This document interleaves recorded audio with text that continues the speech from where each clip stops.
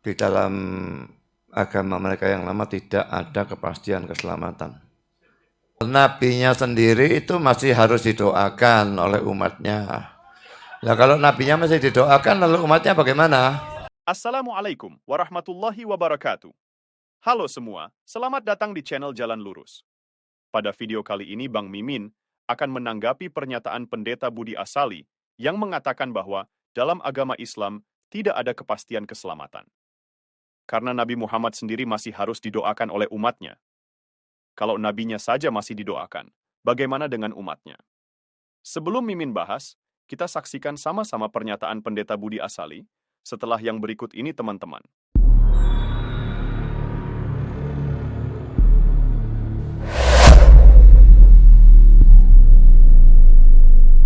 Saya mendapatkan banyak teman yang murtadin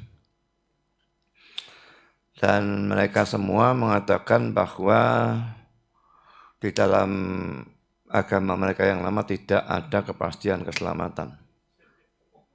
Tadi yang benar saudara atau mereka gitu loh. Nah, mereka tidak ada keyakinan keselamatan. Lalu mereka juga berkata bahwa kalau selamat, tapi masuk neraka dulu. Teman-teman murtadin saya itu bukan cuma satu, banyak ya. Dan mereka mengatakan bahwa harus lewat neraka. Memang masuk surga nanti akhirnya, tetapi harus lewat neraka dulu. Lalu yang kedua, nabinya sendiri itu masih harus didoakan oleh umatnya. Nah kalau nabinya masih didoakan lalu umatnya bagaimana? Banyak para murtadin maupun teman-teman Kristiani yang seringkali menyerang ajaran Islam dengan mengatakan bahwa konsep keselamatan dalam Islam tidak pasti. Berbeda dengan konsep keselamatan dalam agama Kristen, sudah pasti dan dijamin masuk sorga tanpa harus masuk neraka. Dan siapapun yang percaya kepada Yesus, sudah pasti masuk sorga. Pernyataan ini seringkali dilontarkan oleh Pendeta Esra Soru, asal percaya kepada Yesus, sudah pasti dijamin selamat dan masuk sorga. Umat Kristiani selalu memframing dan mengatakan konsep keselamatan dalam Islam tidak pasti. Dengan mengutip surah Maryam ayat 71, yang artinya, tidak ada seorang pun di antaramu yang tidak melewatinya, dalam kurung sirat di atas neraka. Hal itu bagi Tuhanmu adalah ketentuan yang sudah ditetapkan. Dengan mengutip ayat ini, mereka kemudian mengatakan, percuma dan sia-sia umat Islam selalu berbuat baik dan selalu beribadah, tapi pada akhirnya tetap masuk ke dalam neraka. Mereka memframing ayat tersebut tanpa membaca ayat berikutnya. Padahal, pada ayat berikutnya dijelaskan, Allah akan menyelamatkan orang-orang yang bertakwa dan membiarkan orang-orang yang zalim di dalam neraka dalam keadaan tersungkur. Selanjutnya, kita lihat tafsir ayat surah Maryam ayat 71. Pada tafsir ini disebutkan, sesudah memperingatkan orang-orang kafir, Allah lantas mengarahkan peringatannya kepada semua manusia. Wahai manusia, ketahuilah bahwa tidak ada seorang pun di antara kamu yang tidak menyaksikan neraka itu dan mendatanginya. Hal itu, yakni membuatmu datang dan menyaksikan neraka, bagi Tuhanmu adalah suatu ketentuan yang sudah ditetapkan dan tidak akan diubah. Pada tafsir berikutnya dijelaskan, ketika orang-orang melewati jembatan sirat yang membentang di atas neraka, ada orang mukmin yang berjalan sekejap mata seperti kilat, angin, burung yang terbang, kuda pacuan dan seperti orang yang berkendaraan, maka ada yang selamat, tertangkap dan lolos. Ada pula yang terlempar ke dalam neraka jahanam. Selanjutnya kita lihat tafsir ayat 72. Di sini dijelaskan, Allah dikala itu melepaskan orang-orang yang bertakwa dari siksaan neraka dan membiarkan orang-orang kafir jatuh ke dalamnya dalam keadaan berlutut. Allah menerangkan bahwa yang dilepaskan dari siksaan neraka itu ialah orang-orang yang bertakwa, bukan orang-orang yang beriman saja, karena orang-orang yang beriman saja belum tentu termasuk orang-orang yang bertakwa, karena banyak di antara orang-orang yang beriman melanggar perintah Allah dan mengerjakan larangannya. Apabila dosanya lebih banyak dari amal kebaikannya, maka ia akan disiksa lebih dahulu dalam neraka sesuai dengan dosa yang diperbuatnya. Kemudian barulah dikeluarkan dari neraka setelah menerima siksaan yang sepadan dengan dosanya, lalu dimasukkan ke surga. Adapun orang-orang yang amal kebaikannya lebih banyak dari dosanya, maka dia dimasukkan ke dalam surga setelah dosa-dosanya itu diampuni oleh Allah dengan rahmat dan kasih sayangnya. Setelah membaca ayat dan tafsir ini, disebutkan ada 3 golongan yang melewati jembatan sirat yang membentang di atas neraka, yaitu golongan orang yang bertakwa, golongan orang yang beriman, dan golongan orang-orang kafir.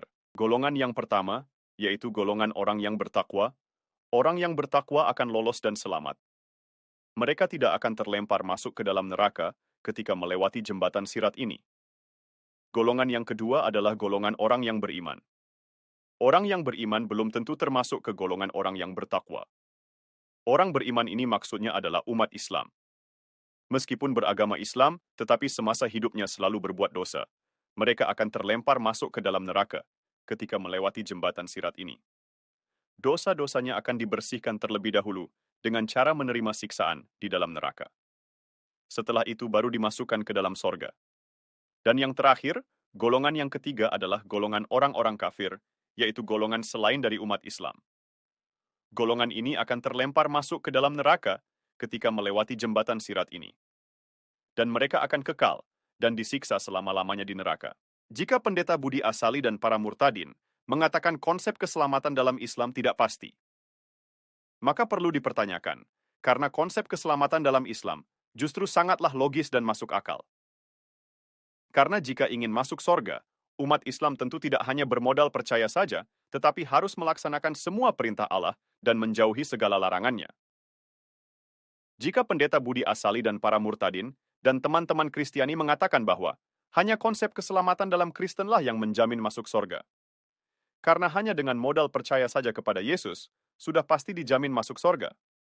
Silahkan beranggapan demikian. Makanya umat Islam pun tidak merasa heran jika banyak yang murtad dan keluar dari Islam, karena hanya dengan bermodal percaya kepada Yesus, sudah dijamin masuk sorga. Seperti yang selalu dikatakan pendeta Esra Soru, percaya pada Yesus saja, sudah bisa dipastikan masuk sorga.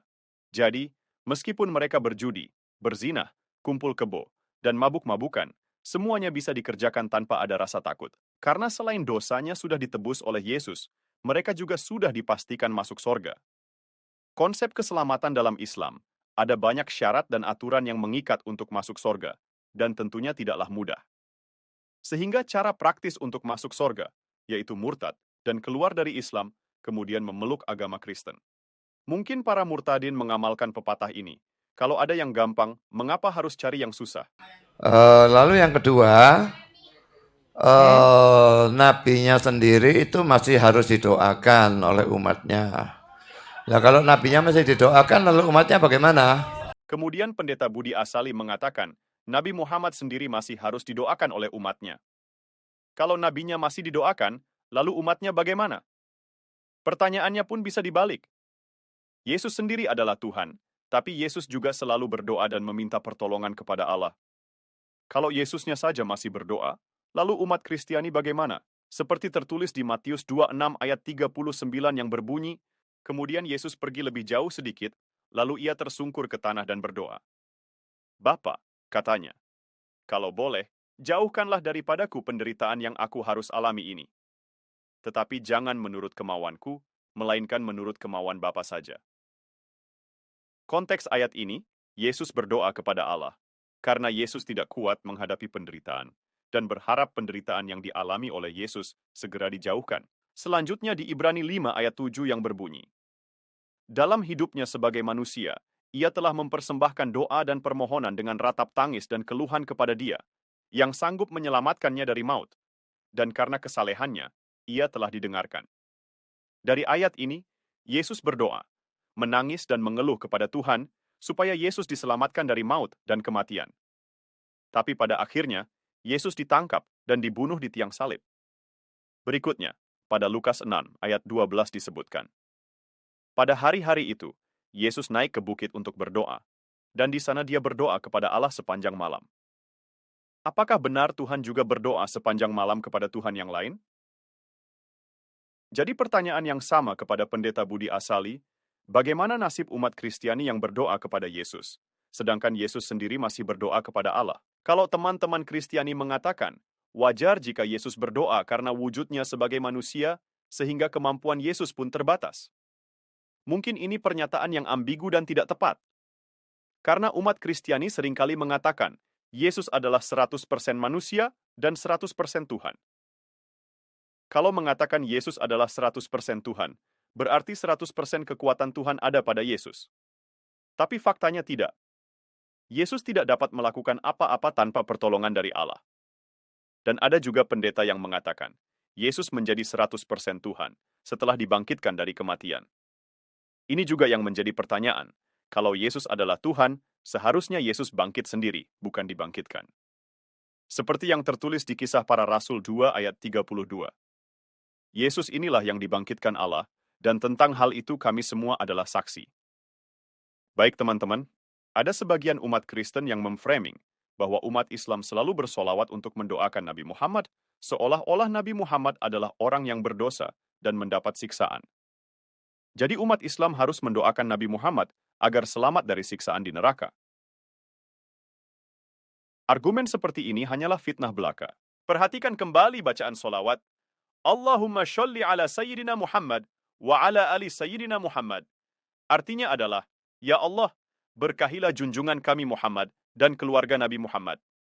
Doanya adalah meminta kepada Allah untuk memberkahi Nabi Muhammad. Bukan mendoakan seperti orang yang sudah meninggal. Mendoakan orang yang sudah meninggal, pasti mendoakan supaya dosa-dosa orang tersebut diampuni oleh Allah, diterima amal baiknya, dan dijauhkan dari siksa api neraka. Faktanya doa umat Islam tidak seperti itu. Jadi apa yang teman-teman Kristen lontarkan hanyalah fitnah belaka. Doa kepada Nabi Muhammad bisa dianalogikan sebagai doa masyarakat kepada pemimpinnya. Contohnya doa ditujukan untuk presiden. Ya Allah, berkahilah Pak Prabowo. Apa salahnya jika masyarakat berdoa meminta Pak Prabowo diberkahi sebagai pemimpin Indonesia? Kalau teman-teman Kristen masih mengatakan bahwa Nabi kok masih didoakan? Jawabannya adalah, jangankan seorang Nabi, Yesus saja, sudah sangat jelas dianggap sebagai Tuhan. Yesus masih saja berdoa kepada Allah. Yang perlu umat Kristen pahami bahwa solawat merupakan suatu amalan baik. Jika umat Muslim bersolawat sebanyak 1 kali, maka pahalanya akan dibalas 10 kali lipat oleh Allah. Seperti yang dijelaskan di Al-Quran Surat Al-An'am, ayat 160, yang artinya, siapapun yang berbuat baik, dia akan mendapat balasan 10 kali lipat. Jika seorang membaca solawat, pahalanya akan berbalik kepada orang tersebut sebanyak 10 kali lipat. Jadi jangan heran kalau umat Muslim selalu membaca solawat. Sekian dulu dari Mimin ya teman-teman. Jika pembahasan dan materi yang Mimin paparkan di channel ini, jika teman-teman menilai ada manfaatnya, silahkan share atau bagikan video ini kepada teman-teman Muslim yang lain. Terima kasih telah menonton video ini. Mudah-mudahan ada manfaatnya buat kita sebagai umat Islam. Sampai jumpa di video berikutnya. Wassalamualaikum warahmatullahi wabarakatuh.